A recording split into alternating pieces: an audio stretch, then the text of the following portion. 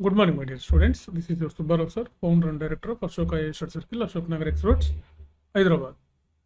So మనం ఈ civil services and group 1 మెయిన్స్లో మన ఆన్సర్ రైటింగ్ ఎలా ఉండాలి, మన ఆన్సర్ రైటింగ్ ఎంత బాగుంటే, ఎంత ఎఫెక్టివ్గా ఉంటే, ఎంత ప్రభావితంగా ఉంటే అన్ని ఎక్కువ మార్క్స్ వస్తాయి మనకి. మనం అంత తొందరగా రేస్లో ఉంటాం, అంత తొందరగా సక్సెస్ అవుతాం. కాబట్టి ఆన్సర్ రైటింగ్ సంబంధించి మనం కొన్ని నియమాలు నిబంధనలు కానీ పాటించినట్లయితే మనం ఆన్సర్ చేసేటప్పుడు అంటే ఆల్మోస్ట్ ఎక్కువ మందికి ఏంటంటే వాళ్ళ దగ్గర కంటెంట్ బాగా ఉంటుంది, కానీ దాన్ని ఒక ఆర్డర్లో రాయడంలోనే మిస్టేక్స్ చేస్తూ ఉంటారు అనమాట.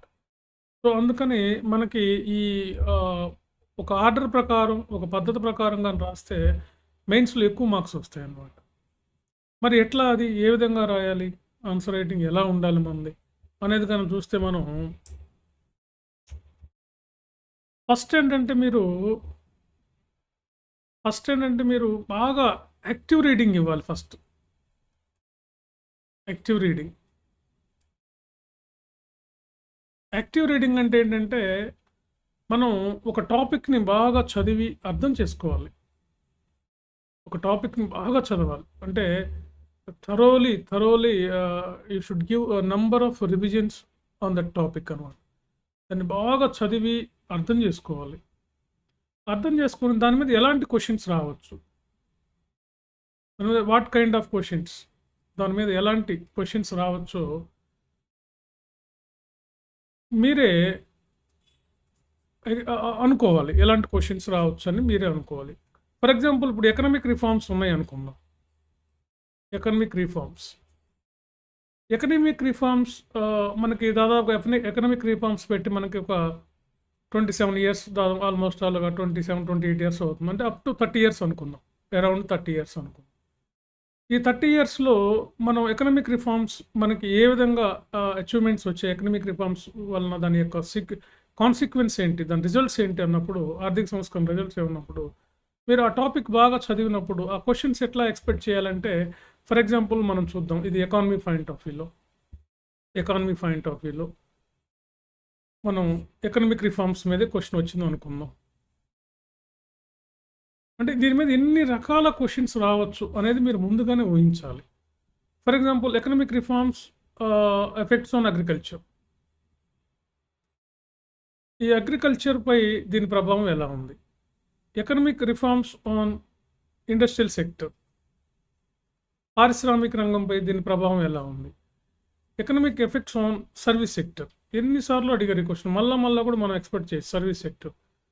Economic reforms effects on our medical sector. Economic reforms effects on our food and culture. Economic reforms on our education. Economic reforms on social life, social conditions. Economic reforms on infrastructure, అవస్థాపన సౌకర్యాలు లేదా మౌలిక వసతులు. Economic reforms on investments, పెట్టుబడులు, like FDIs and FIIs. Economic reforms on administration.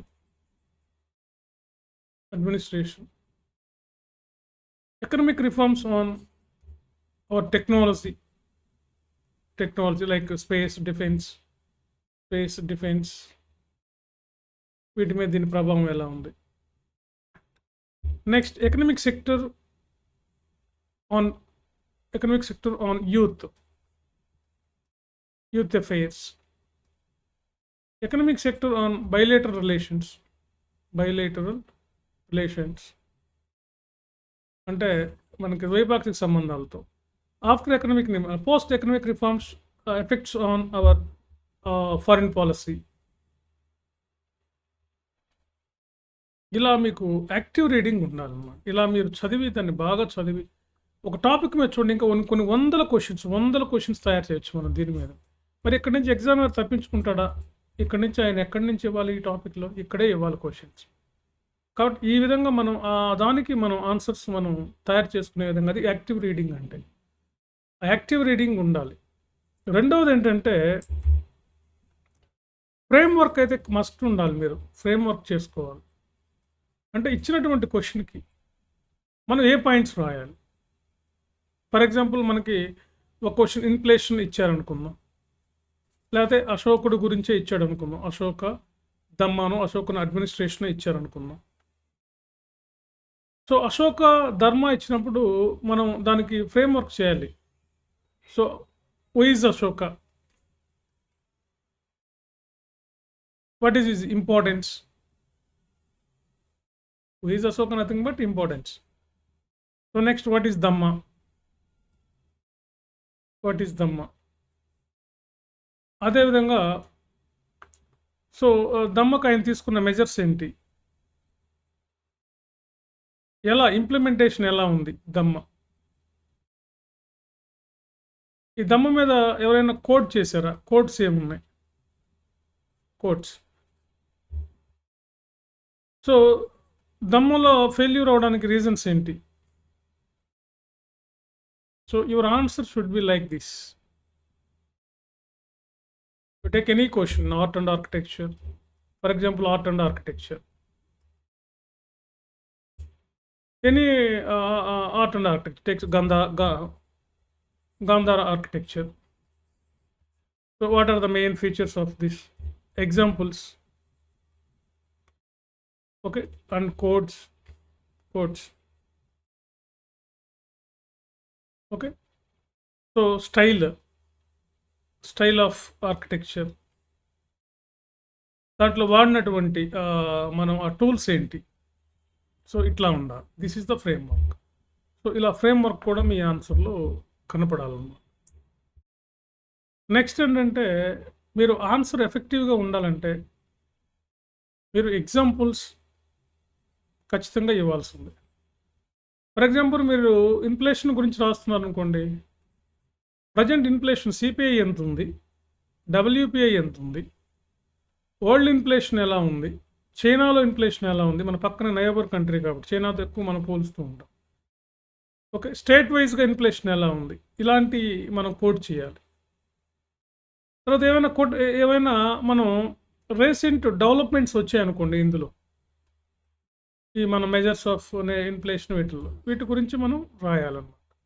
So ఇలా examples ఇవ్వాలి, codes ఇవ్వాలి.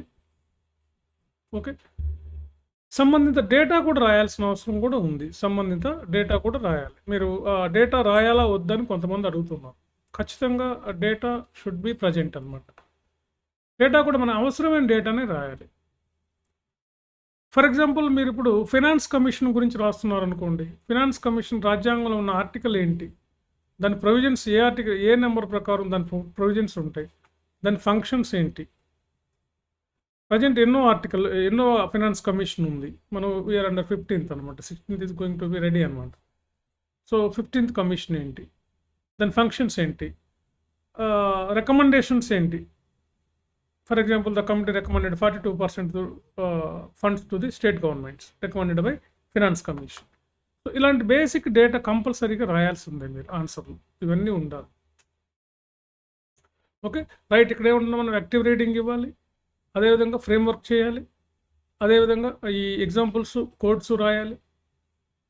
అదేవిధంగా ఇక కొంతమంది హెడ్లైన్స్ పెట్టచ్చా లేదా సబ్ హెడ్లైన్స్ అంటున్నారు. అవసరానికి మించి సబ్ హెడ్లైన్స్ పెట్టండి. సో జిఎస్ పేపర్స్ కాబట్టి మీరు పారాస్ మెయింటైన్ చేస్తేనే బెస్ట్ అనమాట. ఎక్కువగా పారాస్ రాస్తేనే బాగుంటాయి. లేదా పాయింట్ వైజ్ కన్నా రాయండి. సబ్ హెడ్లైన్స్ తక్కువగానే పెట్టండి అనమాట. ఎక్కువ పెట్టి దాన్ని డిస్టర్బ్ చేయకుండా క్వశ్చన్ని చక్కగా ఎనలైజ్ చేయండి. మీరు ఎట్లా ఉండాలంటే మీ ఆన్సరు మీరు ఎగ్జామినర్ తోటి ఆర్గ్యూ చేసే విధంగా ఉండాలి. ఆయనకి మీరు మీ ఒపీనియన్ ఆయనతో షేర్ చేసుకున్నట్టుగా మీ ఆన్సర్ ఉండాలి. సో ఫ్రెండ్స్, ఈ రూల్స్ అన్ని మీరు కరెక్ట్గా పాటిస్తే ఇప్పుడు నేను చెప్పినవన్నీ ఖచ్చితంగా మీరు ఈ సివిల్ సర్వీసెస్ గ్రూప్ 1లో అద్భుతమైనటువంటి ర్యాంక్ సాధిస్తారు. సో కాబట్టి మరి ఇవన్నీ పాటిస్తుంది లేనిది మీకు ఎట్లా తెలుస్తుంది?